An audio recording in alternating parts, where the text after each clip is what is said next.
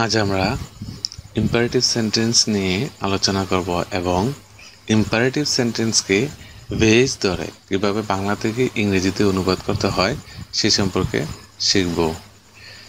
Imperative শব্দটি এসেছে ইম্পারর শব্দ থেকে, যার বাংলা অর্থ হচ্ছে সম্রাট বা রাজা। আমরা জানি সম্রাট বা রাজা আদেশ বা হুকুম দিয়ে থাকেন, তাই আমরা সংক্ষেপে বলতে পারি যে সেন্টেন্স দ্বারা আদেশ, নির্দেশ, অনুরোধ, উপদেশ নির্দেশ করে তাই ইম্পারেটিভ সেন্টেন্স। এখন আমরা ইম্পারেটিভ সেন্টেন্সের দুটি বেসিক স্ট্রাকচার নিয়ে আলোচনা করব। প্রথম স্ট্রাকচারটা হচ্ছে শুরুতেই একটি বেস ফর্মের ভার্ব থাকে, অর্থাৎ ভার্বের প্রেজেন্ট ফর্ম, তারপর অবজেক্ট, তারপর অন্যান্য অংশ। দ্বিতীয় স্ট্রাকচারটার শুরুতে থাকবে লেট, তারপর পার্সোনাল অবজেক্ট, তারপর ভার্বের প্রেজেন্ট ফর্ম, তারপর অবজেক্ট, তারপর অন্যান্য অংশ। পার্সোনাল অবজেক্ট মানে হচ্ছে ব্যক্তিগত, ব্যক্তি সংক্রান্ত অবজেক্ট, যেমন me, us, you, him, her, them, etc.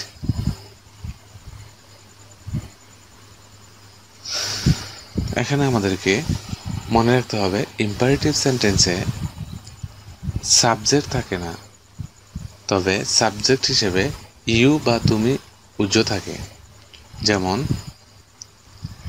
Help me, এটি একটা ইম্পারেটিভ সেন্টেন্স, এর বাংলা অর্থ হচ্ছে আমাকে সাহায্য করো। একটু গভীরভাবে লক্ষ্য করলে আমরা এই সেন্টেন্সটিকে এরকমভাবে বলতে পারি, তুমি আমাকে সাহায্য করো, যদিও এখানে তুমি শব্দটি নেই, তবু আমাদেরকে কল্পনা করতে হবে ইউ অর্থাৎ তুমি এই সেন্টেন্সের মধ্যে উজ্জ্ব অবস্থায় আছে। তারপর লেট আস প্লে ফুটবল,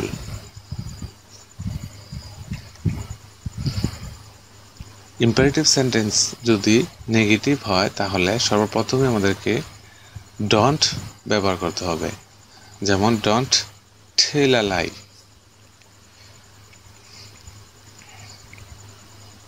আবার লেট দ্বারা ইম্পারেটিভ সেন্টেন্স শুরু হলে আবার ওই সেন্টেন্সটি যদি নেগেটিভ হয় তাহলে লেট প্লাস পার্সোনাল অবজেক্ট বসানোর পর নট ব্যবহার করতে হবে, তারপর একটি বেস ফর্মের ভার্ব, তারপর অন্যান্য অংশ, যেমন let us not discuss the matter.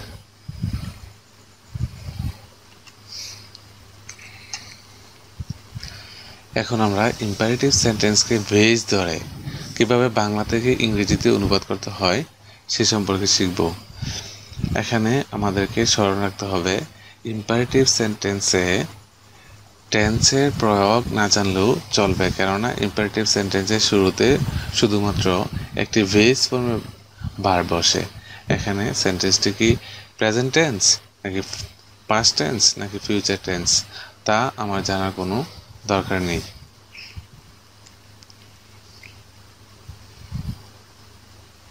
আমাকে সাহায্য করো, এখানে ভার্বটা হচ্ছে সাহায্য করো, তো যার ইংলিশ অর্থ হচ্ছে হেল্প, আর হেল্পের বেস ফর্ম হচ্ছে হেল্প। যেহেতু ইম্পারেটিভ সেন্টেন্স সেহেতু আমাকে প্রথমে একটি বেস ফর্মের ভার্ব ব্যবহার করতে হবে। এখানে বেস ফর্মের ভার্বটা হচ্ছে হেল্প, তারপর আমাকে অবজেক্ট বসাতে হবে। এখানে অবজেক্টটা হচ্ছে আমাকে, তারপর একটি ফুল স্টপ বসাতে হবে যেহেতু ইম্পারেটিভ সেন্টেন্স।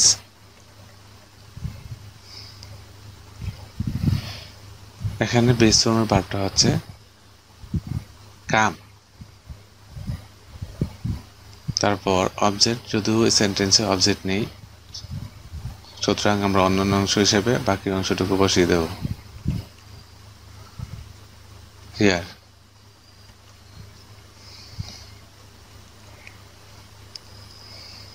ইম্পারেটিভ সেন্টেন্সে নেগেটিভ থাকলে সর্বপ্রথমে আমরা ডু নট বসাবো,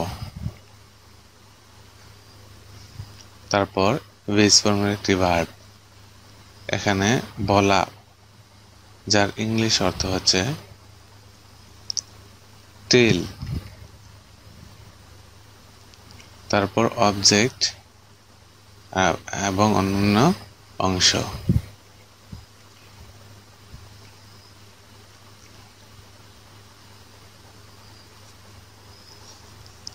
কোনো ইম্পারেটিভ সেন্টেন্স দ্বারা যদি প্রস্তাব বোঝায় তখন আমরা ওই সেন্টেন্সটা লেট দ্বারা শুরু করি। চলো আমরা মাঠে খেলতে যাই।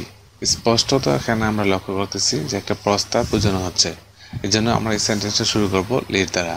আর লেট দ্বারা শুরু হলে লেটের পর আমরা জানি একটি পার্সোনাল অবজেক্ট ব্যবহার করতে হয়।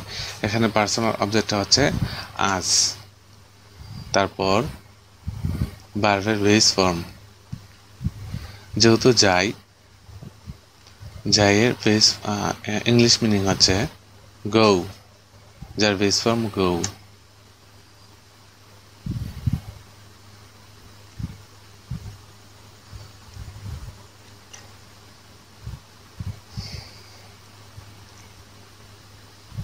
সরি, এখানে যাই দরকার নেই, প্লে বসালেই খেলতে যাওয়া বোঝানো হবে।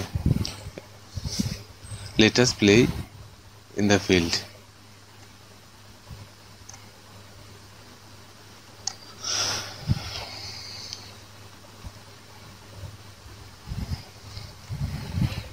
চলো আমরা মিথ্যা না বলি, এই সেন্টেন্সটি দ্বারাও আসলে প্রস্তাব বোঝানো হচ্ছে, যদিও সেন্টেন্সটা নেগেটিভ।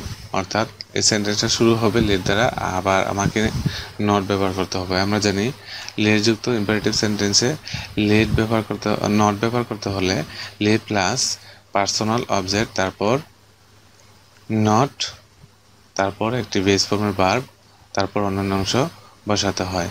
এখানে ভার্বটা হচ্ছে বলি, যার বেস ফর্ম হচ্ছে টেল, তারপর অবজেক্টটা হচ্ছে আলাই।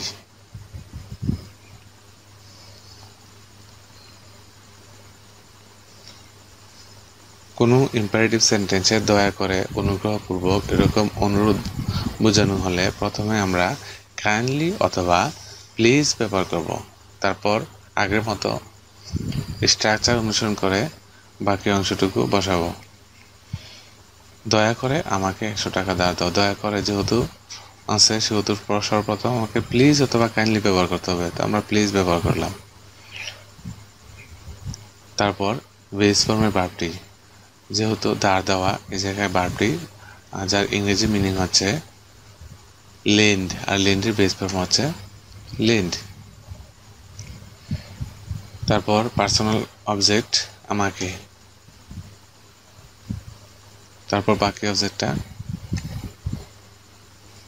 100 টাকা। সবসময় লক্ষ্য রাখতে হবে যদি কোনো সেন্টেন্সে একসাথে দুটো অবজেক্ট থাকে,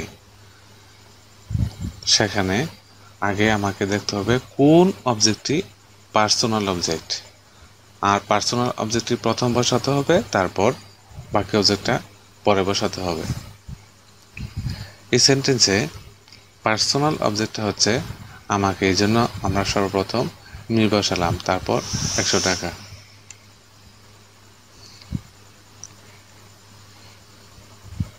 আবার ইম্পারেটিভ সেন্টেন্সে সবসময়, সদা এরকম থাকলে সর্বপ্রথম আমাকে বসাতে হবে অলওয়েজ,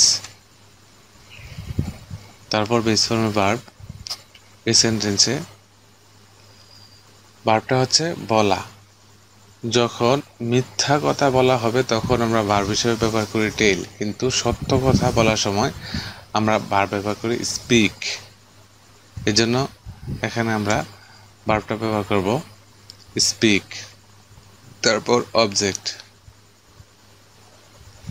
এই সেন্টেন্সে অবজেক্টটা হচ্ছে সত্য কথা, যার ইংরেজি মিনিং হচ্ছে দি ট্রুথ।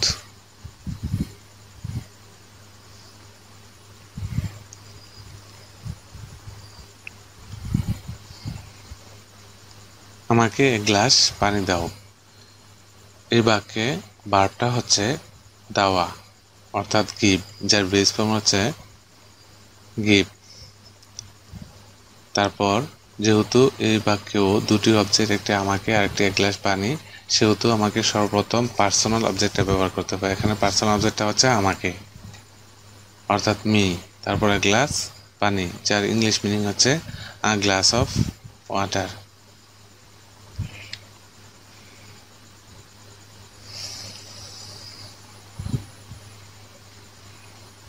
আজকের মতো এখানেই শেষ। এরকম ইংলিশ গ্রামারের উপর গুরুত্বপূর্ণ লেসন পেতে হলে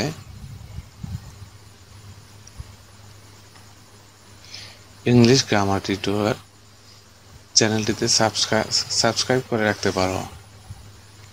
চ্যানেলটির ইউআরএল হচ্ছে goo.gl/J3EYDZ। আর সবগুলো গ্রামার টিউটর সাজানো অবস্থায় পেতে ভিজিট করতে পারো computertutorialbt.com। আল্লাহ হাফেজ।